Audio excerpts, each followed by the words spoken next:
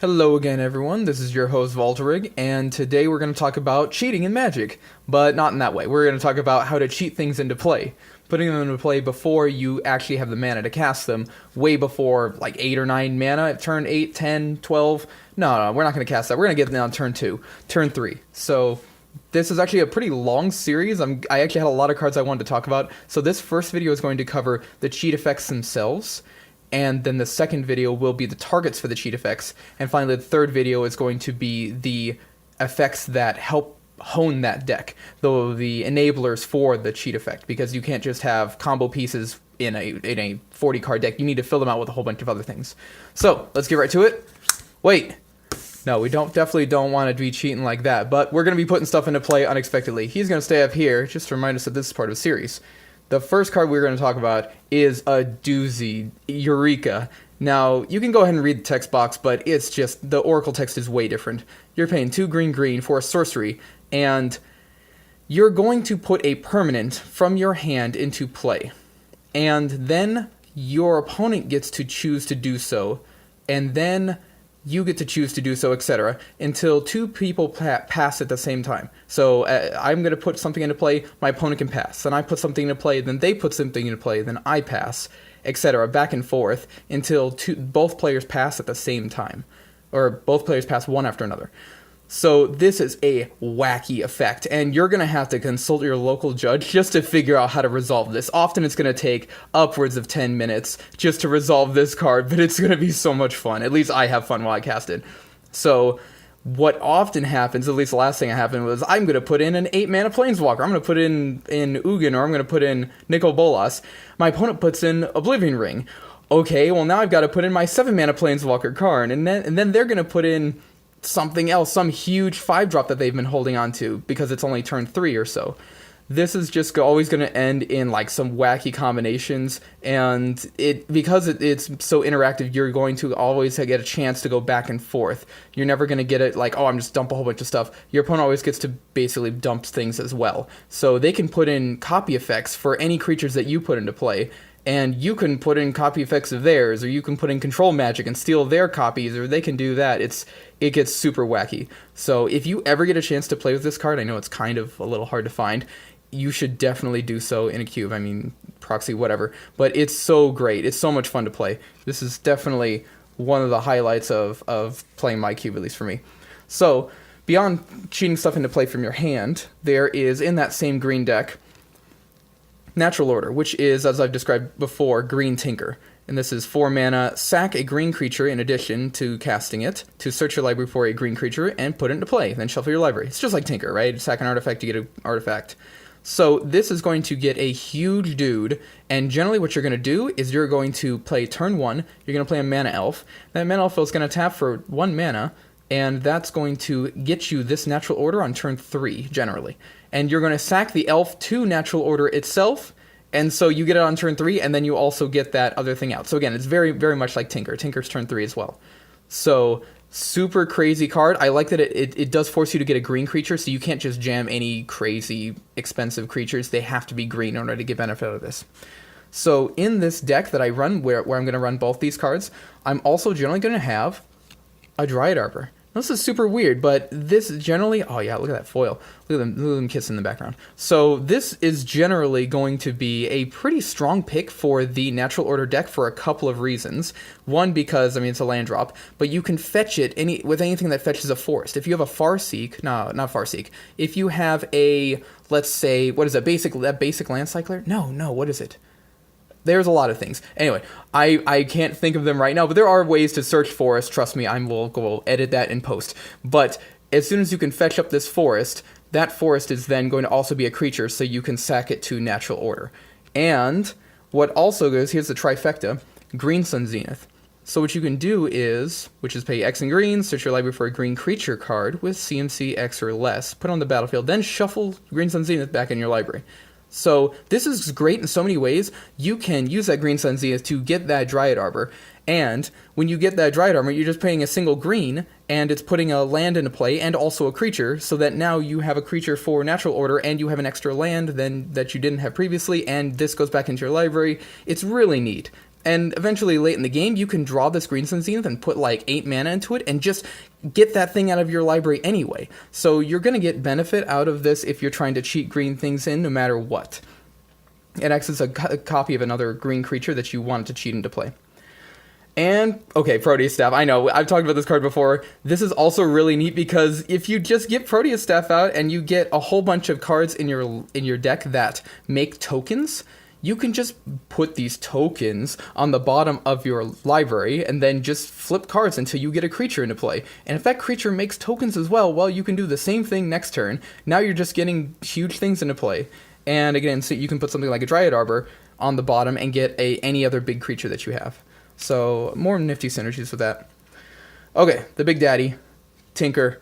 And I'm so sorry, Mr. Ron, but I totally smudged up your signature as soon as I got it. I apologize. I love this card. So this is a great cheat effect. You're going to pay 3 mana. You're going to sack an artifact. So you have to be playing at least a couple of these small, cheap artifacts, Bone Splitters or Sensei's Divining Top or something like that. But then you can get out an 8, a 9, a 10, 11. I don't even know how big that you want for an artifact and put it right into play. So we're going to talk about the targets for this, but I think a lot of people know this card. It's very good. Whoa, too many. Show and Tell. So Show and Tell has a very well-known place in Legacy. A lot of people know this from, Sneak and Show. But this does have some pretty interesting things in Cube in that you can put artifact, creature, enchantment, land, and you have a variety of different removal options at your disposal. So often you can Show and Tell a Gristlebrand in, but then your opponent can Show and Tell an Oblivion Ring at the same time, because that's just a common card to see. So there's a lot of interesting interactions, or even just clones. You can just Show and Tell a clone, and whatever your opponent's going to drop, you're going to get a clone of it, theoretically, unless they get a huge enchantment to play, or they get a Karanos. So there's a lot of cool, interesting things that you can do with Show and Tell. So it just needs you to have the creature in your hand. So getting that into your hand is the key part. More on getting things into your hand, we've got this beautiful Sneak Attack. Sneak Attack is the way of throwing creatures at your opponent. You're just going to put that creature on the battlefield, it gains haste, sack at the end step. So you're going to throw every huge creature. Generally, you pick Sneak Attack early, and then you just pick every big creature. You don't even matter. You're just going to throw them all as soon as Sneak Attack is in play, and you start finding ways to draw into all those big creatures. So you're going to want effects that either have battle cries, or when they die abilities, so that you can get benefit out of that. But even just throwing large flyers at your opponent might just be able to kill them. And Sneak Attack's little brother, Through the Breach. The one-time use Sneak Attack, because we just want this many effects. We just want to have this effect multiple times in order to encourage this deck archetype. We're going to want to pay, 5 mana instead of 4 for Sneak Attack and only be able to use it once. But sometimes that's just good enough. If I Through the Breach a Gristlebrand, I'm going to draw 7 cards. At least I'm going to deal 7 damage. That's a good deal still. So just having multiple pieces of this effect really help, especially with my cube being 500 cards big. So now we're going to get into the classic cheating into play, which is Reanimation. And I'm not going to go through these individually. You can look them up because they are wordy. They're so wordy. But basically they say, put a creature card from your graveyard into play under your control. And these are the ones I play in my cube, which are Animate Dead, Dance of the Dead, Death, and Necromancy, whatever those. And these I like because these 3 right here will hit creatures in either person's graveyard. And Death is the same thing as Reanimate, but also has this nice little card attached to it that occasionally is a win condition for some decks. So I just like that this is a thing, and I'm just going to play this, but occasionally some people can make benefit out of that. So these are the ones I play for Reanimation. There are some other ones. I recently took this card out. Actually, not recently. It's been out for a while, but I miss it. I actually miss this card a lot. It's Living Death. This is 5 mana. Each player exiles all creatures from their graveyard, then sacks all creatures they control, then puts the exiled creatures from the graveyard into play. This is swap your graveyard with your in-play. And this is a 5 mana damnation in some games. And in some games, you just discard your whole hand and then you Living Death. There's just a lot of really neat things about it, and I took it out because it felt kind of slow and I wasn't seeing it very often, but I'm going to put it back in. It's very fun in my mind. So whenever we talk about Reanimation, you have to talk about, there's a ton of options, and I think that there's a couple of cards that I've tried, and I'm not a big fan of them, but other people still run them, maybe to different success. Maybe their cubes are just a bit different. Entomb, which is search your library for a card, put it in your graveyard, then shuffle your library. This theoretically is like really good. You know, you don't need to draw that card and then immediately discard it or find a way to discard it. You're going to be able to get your cheat card, whatever you want to cheat into play, as long as you have the other piece to actually put it into play. You can just entomb the piece that you need to reanimate and then reanimate it on maybe the same turn, the next turn. But I found that this is just too narrow. No other deck wants this besides the reanimation deck. The other reanimation spells can be used in non-reanimator decks.